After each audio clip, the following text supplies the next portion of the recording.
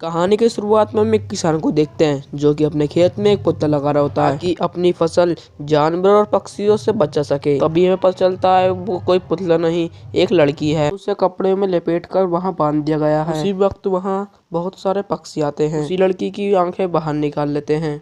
अब हम चार दोस्तों को देखते हैं जिनका नाम एस, फरफसी, एली और डीमोन होता है। वो सभी लोग वीकेंड एंजॉय करने के लिए हाइकिंग पे जा रहे होते हैं और तभी एस को टॉयलेट आने लगती है तो वो एक गैस स्टेशन पर कार रोकते हैं और एस और डीमोन टॉयलेट करने के लिए चली जाती हैं और फरफसी और एली बातें कर रहे होते हैं और तभी गाड़ी पे कुछ गिरता है और वो किसी इंसान का कटा हुआ अंगूठा होता है, जिसे देखकर एली बहुत ज्यादा डर जाता है। दरअसल ऊपर उड़ रहे पक्षियों ने उसे नीचे गिराया होता है। अब वाइपर ऑन करके उसे फरफसी नीचे गिराने लगता है, कोशिश करता है और उसका ब्लड कांच पे फैल जाता है। इसीलिए एली गाड़ी से बाहर निकलकर एस और डीमोन को अपनी बातों में लगाए रखता है। इसे कटे हुए अंगूठे को तब तक फरफसी सब कुछ साफ कर देता है। अब सबको बताता है कि यहाँ पर एक लेक और एक खाड़ी है, वहाँ पर जाकर आज का दिन हम स्पेंड कर सकते हैं। तो बाकी तीनों दोस्त उसकी बातें मान लेते हैं और अपनी गाड़ी पार्क कर कर वहाँ से निकलते हैं। पैदल ही लेक के लिए निकल जाते हैं। तब उन्हें एक बोर्ड मिलता है और उस पर लिखा होता है कि वहाँ से जाना मना है। तो सभी लोग उस पर बिना ध्यान दिए गए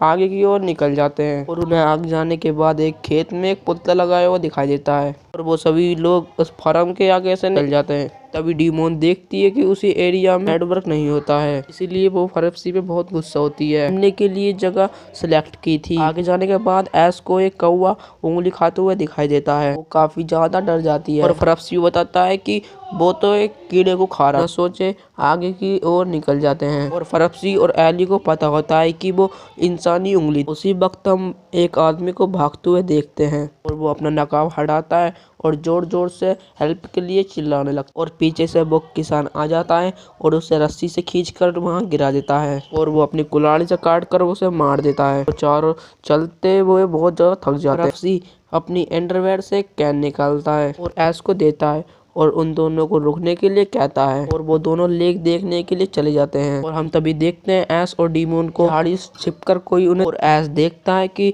लेक उनके सामने ही है, इसलिए एस और डीमोन भी वहां चली जाती हैं और वो सभी लोग तालाब को देखकर बहुत ज्यादा खुश होते हैं। फरफसी अपने कपड़े उतार कर तालाब की ओर चला जाता है और एस और फरफसी अपने कपड़े उतार कर तालाब में चली जाती हैं और वो एली अभी तक बाहर खड़ा होता है ताकि क्योंकि वो अपनी एस से प्यार करता है। एस भी उसे अंदर आने के लिए कहती है तो वो भी अंदर चले जाता है और वो चारों लोग वहाँ पर खूब इंजॉय करते हैं और कुछ देर नहाने के बाद वो सभी बाहर आते हैं, अपने कपड़े पहनते हैं। डीमोन कहती है कि मैं बहुत ज्यादा थक चुकी हूँ, इसीलिए एस और मैं यहाँ पर रुकेंगे, तुम दोनों वापस जाकर गाड़ी यहाँ पर ले आओ। और फरफसी उसकी बात मान लेता है और एली के साथ वहाँ से निकल जाता है। पीछे एस और डीमोन अकेली बैठी हुई होती हैं और उन दोनों को किसी का डीमोन उसकी बात नहीं मानती है और वो दोनों गैस स्टेशन में पहुंचते हैं तो उन्हें अपनी कार नहीं मिलती है, इसीलिए वो दोनों काफी परेशान हो जाते हैं। वो फरफसी को डांटने लगता है कि वो कार उसके अंकल के लिए उधार मांग के लेकर आया था। इस वजह से उन दोनों में झगड़ा होने लगा और उन दोनों को फिर से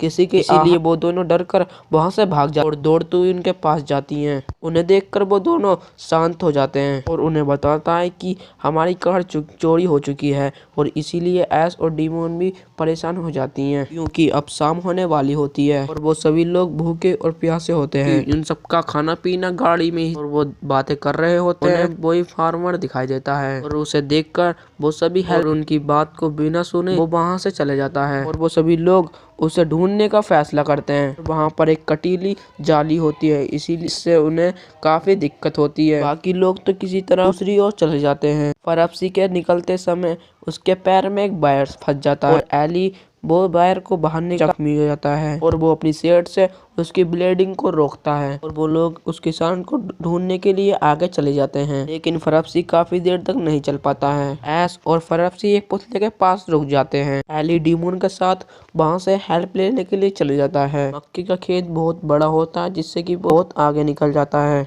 और उन्हें घर दिखाई देता है और एली हेल्प के लिए चिल्लाने लगता है। डीमोन उसे शांत होने के लिए कहती है और उसे जबरदस्ती किस करने लगती है और एली उसे ऐसा करने से मना करता है। मैं फरफसी के साथ धोखा नहीं कर सकता, जबरदस्ती करने लगती है। दूसरी ओर फरफ्सी का दर्द बढ़ रहा था, इसीलिए वो एस को सिगरेट बनाने के लिए कहता है और डीमोन एंजॉय कर रहे होते हैं और उन्हें सीटी की सुनाई देती है और इसीलिए डीमोन को रुकने के लिए कहता है। जैसे ही वो पीछे मुड़ता है वो किसान उसे पीट कर बेहोश कर देता है और उसे देखकर डीमोन बहुत ज्यादा डर जाती है और वो वहां से भागने की कोशिश करती है, लेकिन उसे भी पीट कर बेहोश कर देता है और उसके बाद उन दोनों को घसीटते हुए वहां से ले जाता है। दूसरी ओर उन दोनों का इंतजार करते हुए काफी देरी हो जाती है और तभी एस नोटिस करती है वहां का लगा हुआ पुतला मूवमेंट कर रहा है और तभी फरफ्सी कहता है कि मुझे फ्रेश होना है और वहां से उठाकर वो उसे फसल में ले जाती है। दूसरी ओर वो किसान डीमोन को अपने घर में ले जाता है, जहाँ पर हम देखते हैं कि उसने कुछ लोगों को और बंदी बना रखा है और डीमोन को भी बांध देता है और तभी उसे होश आ जाता है, जिसके वजह से वो चिल्लाने लगती है और वो किसान उससे परेशान होकर और उसके मुंह को एक धागे सील कर देता है। दूसरी लेडी को वहाँ से ले जाता है। दूसरी ओर फ्रेश होने में काफी टाइम ले लेता है और वो पुतले को देखने लगती है कि उस पुतले में से कुछ कीड़े निकल रहे हैं और वो डर जाती है और फरफ्सी को थोड़ा जल्दी करने के लिए कहता है। दूसरी ओर वो किसान एली को भी अपने घर में ले आता है और डीमोन उसे होश में लाने के लिए जोर जोर से चिल्लाने लगती है और उस किसान को गुस्सा किसान उसे एक इंजेक्शन लगाकर बेहोश कर देता है और वो एक मास्क लेकर आता है और डीमोन को पहनाकर वहाँ से चले जाता है। दूसरी ओर एस को फरफ्सी भी जवाब नहीं देता है, इसलिए काफी ज्यादा डर जाती है और तभी उसे कोई पीछे से पकड़ लेता है। वो आदमी से चुप होने के लिए कहता है और बताता है कि तुम लोगों ने यहाँ पर आकर बहुत बड़ी गलती की है और बाद में उसे अपने साथ चलने के लिए कहता है और वो दोनों उस घर के पास चले जाते हैं और वो आदमी उसे अंदर ले जाता है और वो बताता है कि वो जितने भी पुतले हैं वो जिंदा इंसान है, ये सब मेरे डैड करते हैं क्योंकि मेरे माँ की मौत के बाद सदमा लगा था और उसके बाद वो किसी भी इंसान को नहीं छोड़ते हैं। और वो दोनों बातें कर ही रहे होते हैं, बाहर से दरवाजा कोई खटखटाता है और वो आदमी एस को छुपने के लिए कहता है और वो उसका डैड होता है जो कि फरफ्सी को वहाँ पर लाता है और अब वो दोनों उसे बांधने लगते हैं और वो किसान एली की बॉडी को लकड़ी के क्रॉस पर बांध कर के हाथ में कीले ठोक देता है। ये सीन भी नहीं देखे जाता है और वो वहाँ से बाहर निकल कर उसे रोकता है और वो किसान उसे पीट कर बेहोश कर देता है। अब वो दोनों उस एली को बाहर ले जाकर भी पुतला बना देते हैं और वहीं एस को जब होश आता है तो और अपने आप को बंद हुआ पाती है और उसके पास वही किसान का बेटा आता है और खोल कर उसे बाहर ले जाता है और उसे टॉर्च देते हुए कहता है कि तुम जिस रास्ते से यहाँ पर आई थी उसी रास्ते से वापिस चले जाना, वहाँ पर जाकर तुम्हें एक रोड मिल जाएगी। और उसी वक्त डेविन डैड वहाँ पर आ जाता है और सन अपने डैड पर एक चाकू तान देता है और एस को वहाँ से निकाल देता है और इसके बाद भी मांगने लगता है और उसी चाकू से उसे मार देता है। एस खेत में भागी है लेकिन वो वही किसान होता है जिसे एस देखकर वहाँ से भागने लगती है और वो भी उसका पीछा करने लगता है। आगे जाकर एस भी नीचे गिर जाती है और वो आदमी उसके साथ जबरदस्ती करने लगता है और एक चाकू से अटैक कर और उसे बहुत ज्यादा पीटती है और उसे घायल समझकर वहाँ से भागने लगती है और तभी किसी के रोने की सुनाई देती है जो कि फरफ्सी होता है का पुतला बनाया हुआ था और एस